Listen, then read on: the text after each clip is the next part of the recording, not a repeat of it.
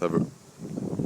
Bonjour, chers amis Facebook, et bienvenue à notre première chronique cet été en 2012. Donc aujourd'hui, pour commencer, je vais vous parler la chose la plus importante, c'est la prise du bâton. Quelques petits tips pour vous cette semaine. Donc, il y a plusieurs personnes qui nous mentionnent que le gant se déchire à cette partie-là du gant. La plupart des gens ont tendance à prendre le bâton un petit peu trop au bout, de façon à ce que vous voyez ici, de cette façon, le gant peut déchirer. Je vous mentionne toujours, laissez dépasser au moins 1 pouce juste au bout comme ça ici. Prenez la grippe de cette façon.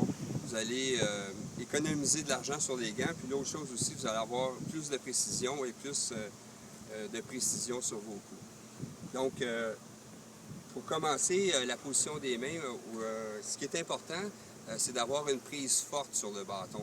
La plupart des gens ont tendance à prendre le bâton, vous voyez, au neutre, de cette façon ici, ou faible ou fort. Donc, plusieurs personnes sont au courant de ce que je parle. Ce qui est important pour nous aujourd'hui, c'est de, vous voyez, la petite ligne ici, entre mon pouce et ma main. Donc, cette ligne-là doit se diriger entre mon cou et l'épaule droite. Donc, si on remarque, dans une position naturelle, vous voyez mes bras, quand je me détends, mes mains rentrent vers l'intérieur. Ça, c'est une position naturelle de vos mains. Donc, je vous invite à prendre le bâton de cette façon-ci.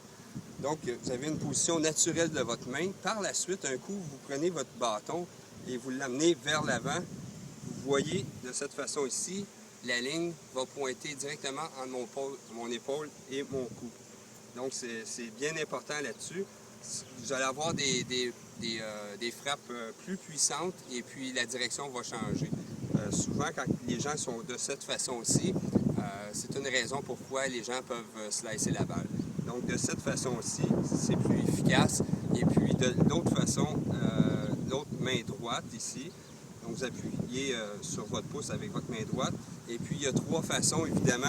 On ne recommande pas la façon baseball. Il y a 2 façons qu'on enseigne les professionnels, c'est soit entrecroisé ou la méthode chevauchée. Chevauchée ici, c'est surtout pour les messieurs qui ont avec des gros doigts ou des grosses mains. Les juniors, les femmes vont adopter cette position-ci à cause qu'ils ont des plus petits doigts pour un meilleur confort sur la prise du bâton. Souvent, les gens appliquent une trop grande pression sur le bâton. Ce que je peux vous mentionner, avec les 3 doigts qu'il y a ici, vous pouvez appliquer une pression plus énorme.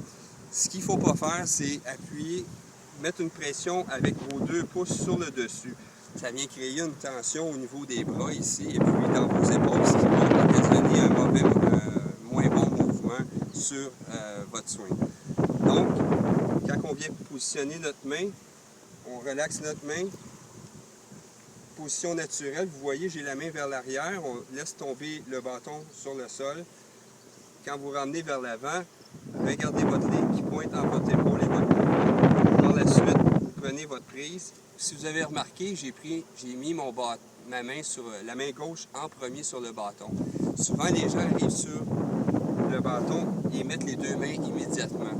Prenez le temps de mettre une main à la fois et puis d'avoir une prise vraiment ensemble de cette façon-ci. Par la suite, effectuez votre coup. Donc, c'est une des bonnes façons. Vous voyez, je laisse dépasser mon bâton donc pour avoir une meilleure précision. Donc, ça va être tout pour cette semaine. Et puis, on espère vous voir aux prochaines chroniques. Et puis, on vous invite à nous visiter sur notre site internet au www.royalbromont.com.